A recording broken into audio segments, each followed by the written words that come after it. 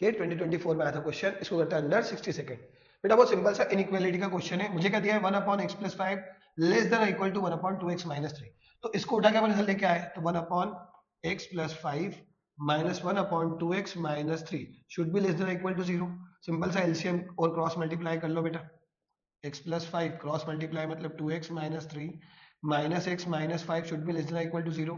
2x minus x minus 3 8, 2x minus 3 x plus 5 should be less than equal to 0।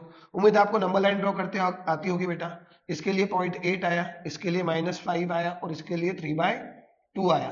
फिर ये positive, ये negative, ये positive negative, मुझे less than है मतलब नेगेटिव वाला चाहिए, मतलब -5 से छोटा और 3/2 to 8, तो सिर्फ ऑप्शन 3।